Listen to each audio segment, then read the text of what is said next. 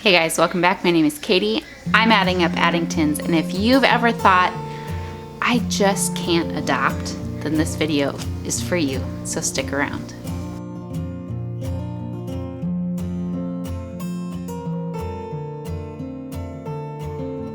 If this is your first time here, welcome. I'm a mom of 8. We own our own company, we homeschool, we are former foster parents, we're an adoptive family, we're a multiracial family. We love to travel and adventure together, and we just share all of it over here. So I would love for you to hit that subscribe button and stick around. Worldwide, there are an estimated 530 million orphans. 530 million. In the US alone, every year, roughly 250,000 children will come through the foster care system. There is a huge need around the world right now.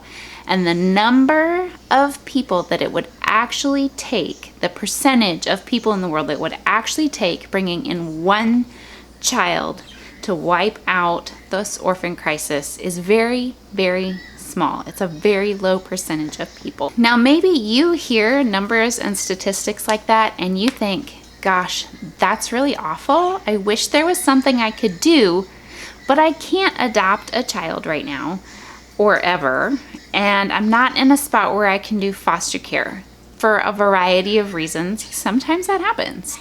I would love to see more people step up to do foster care and adopt children in need. But there are times and reasons and seasons in our lives when that is just not possible. So if that is you, what do you do? What do you do, and how can you support children and help with the orphan crisis if you cannot personally adopt a child? So here are my 4 things for you. Number 1 is to be aware. Look up the news stories. Follow local organizations on Facebook or on Instagram. Read memoirs from adoptees. Talk personally to adoptees. Be aware of the needs around you. Look up how many kids are in foster care in your state, in your county. Know what those numbers are. When we're aware of things, it's much easier to see a need for action. When it's just somewhere out there and it's not in our home, sometimes it's easy to forget that it exists.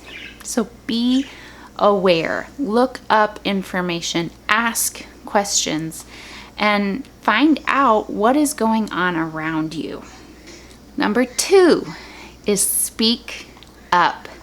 Other people may not know what's going on around them, and so if you are the one to speak up, you may prompt someone else to take action in a way that you can't. When you see child profiles pop up on adoption agencies' Facebook pages or websites, share them. Who knows, maybe one of your friends is their forever family. If you see conferences or classes or things in your area, share those details. Let people know about it. We always share the details of our local foster care and adoption conference, even though we haven't been to that conference in several years now, because it changed our lives and we know that it could change somebody else's. Find out what some of the local needs in your area are. You can call your local human services office or a local adoption support organization, or even your local elementary, middle, high school, and ask what some of the needs are, and then share those with your friends or rally a group of people to contribute. But when you speak up, you are spreading your awareness. If number 1 was be aware, you are spreading your awareness so that other people are also aware of the needs and the crisis around the world. And also speak up by championing foster care and adoption to your organization. If you're a student, maybe that's to school, maybe it's to your church, maybe it's to your place of business or your employer.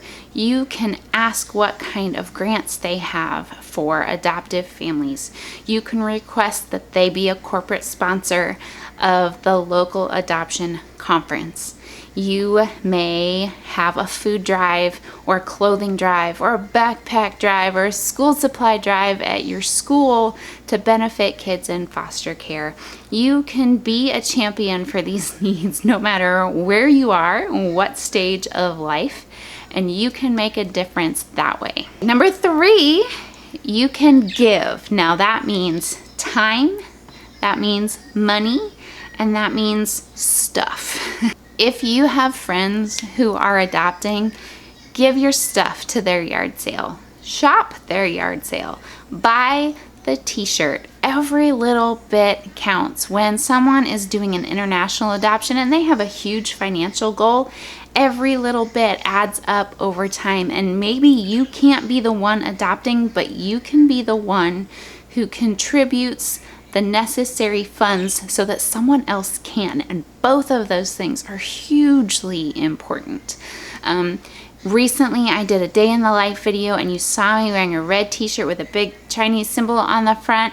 That was a friend's adoption that I bought the t-shirt, and I'm going to spread the awareness for her because they are doing something that I can't right now. And so I'm going to help. You may give your time by helping to sign people in for registration at a conference. You may help sort clothing for a local foster care compassion closet. All of those things are great. So you can give your time, your money, and sometimes just your stuff. A lot of times people will use garage sales as fundraisers for their adoptions. If you have things that you're either going to give away or have a yard sale yourself, give them to your friends who are raising funds for their adoption, or even offer to host that yard sale for your friends raising money for the adoption. Use that stuff to help make a difference in a child's life. And finally, the 4th thing you can do to help with the orphan crisis if you can't personally adopt is to serve.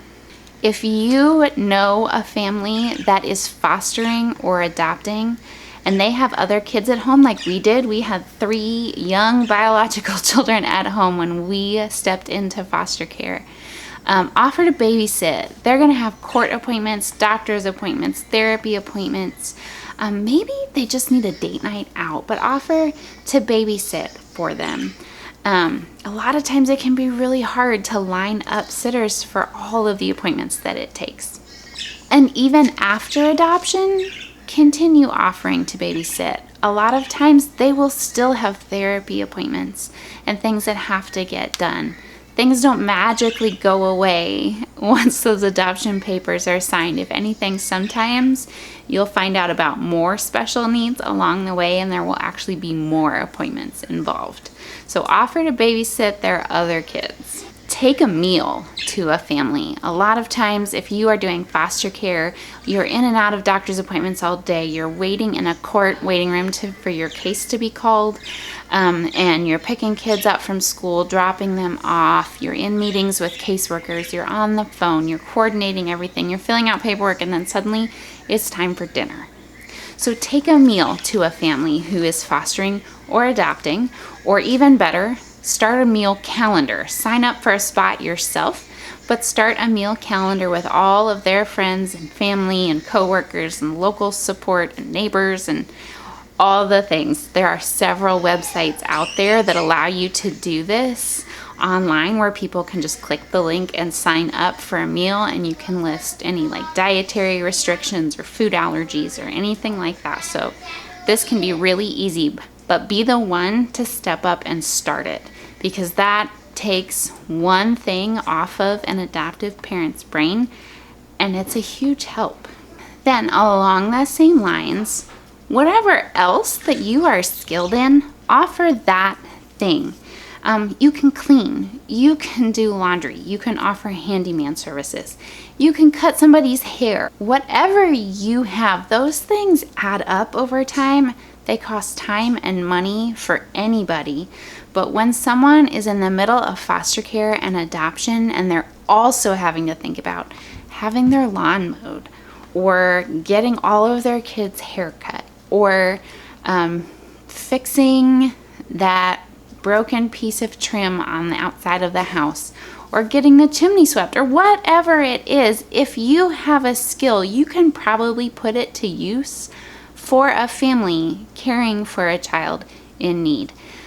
We have had people offer us handyman services. We have gotten free haircuts. We have been brought meals. I had a babysitter who did my laundry for a whole year, and it was fantastic. It was anything to take the extra off of my brain while I was trying to keep up with all the needs of foster care and adoption was such a huge blessing to me. So maybe you don't have a lot of money, but you can clean baseboards like nobody's business.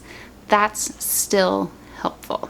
You may contact a family and just ask them what specific needs they have. I know when our Josianah came home, our 3 other children at the time, Gavrel, Declan, and Kavannah, all had their matching backpack and water bottle sets.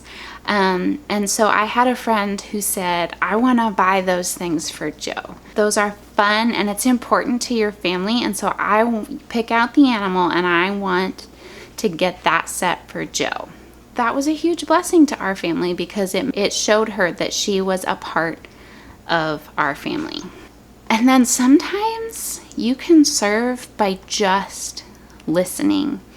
It is incredible the kinds of crazy things that become your new normal when you step into foster care and adoption. And the things that become normal are just bizarre. I have caught myself like talking to people about what's going on in my life and just seeing their eyes get wider and wider and wider and wider.